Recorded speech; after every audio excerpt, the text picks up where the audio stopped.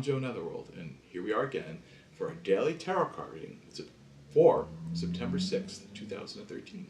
Yay, autumn. I'm going to keep on. You're going to get sick of hearing me talk about this whole month, but it is the best time of the year. Not only for me, which that I am, but it's for everyone. If you can really make the autumn work for you and really harvest all the things you've done in the last 8 or 9 months, you're going to have a beautiful year next year.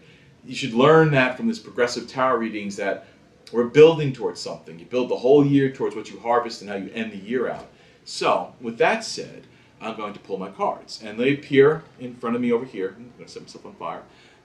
And you can see them, enlarged. You can see what I'm reading. And I pulled 3 cards, as always. One main card for the day. It's the card that signifies the whole day. And there's 2 qualifier cards that kind of bolster, what this card is about. So we're starting left to right, or right to left, whatever turns out to be on your screen. I'm a little dyslexic that way, forgive me. But the first card up is the Sun. And 2 things with the Sun. It's a great card. It's light and bright, but it also is kind of a little bit of a destroying energy. Too much sunlight burns things away, chases away the night. It kind of throws too much of a balance towards the bright and analytical side of things. But it's good because it adds clarity. So that's our first qualifier. Our main card though is the Four of Pentacles, which is a very analytical card about money. It's about laying all your finances out in front of you, keeping one main source of income or one main concern above you and on your mind at all times, but never losing track of the other sides of what this is about. Sometimes it can be too much about money and too much about analyzing all your monies, your expenses, and being constantly, looking at things. What's the best way to put this? Looking at things that they only have a value if the value can be applied to your checking account.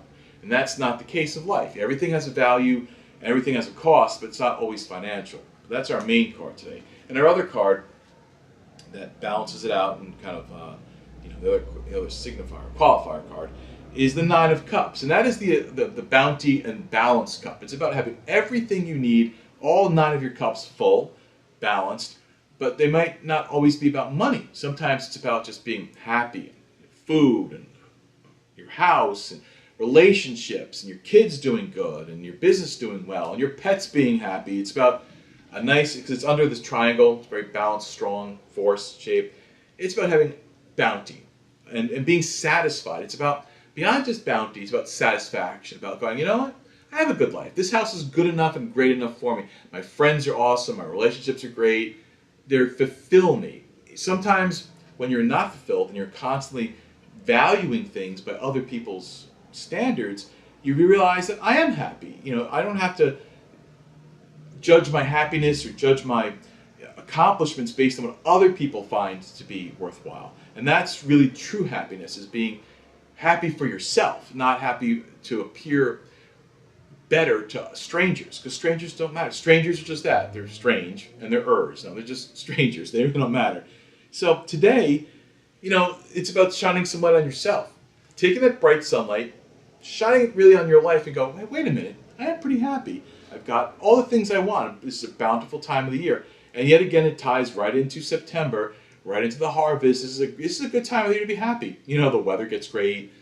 Life, we're kind of pulling the year to an end. We have all these great balanced factors, and you have to learn to see that and not see that other people think, oh, I should have a better looking spouse because other people think that. I should have a bigger house because that's what people want, right? They want a bigger McMansion. They want bigger things. I should have a better job and make $5 more an hour, but sacrifice my life for that. And the answer is no. You have to really look at things realistically today. So take a hard, shine the light, let the sun shine into your reality and see what really works. And if there is something that is not working or isn't up to par, or you don't really feel it's satisfying for the amount of energy it takes to make it happen, then change that aspect of your life. But I think you're going to be happily surprised that when you really look at the day, you're going to find yourself satisfied and fulfilled, and there's a great deal of bounty. So we're moving along very nicely with an autumn read. September's really kind of like explaining to us what we should be happy about. And really today, look at what you really need. If there is something missing, it has to be something you want, not that you think you want. So be really clear in that analysis about what it is. Until then, you take the day, you have a magical day, enjoy the magic of the day and the magic of autumn. I'll be here again, as always, around midnight, here in the dark, in my big creepy house, and somewhere in upstate New York. Hint, hint. And we'll see you again tomorrow. Until then, you have a great night, and I'm Joe Netherwood.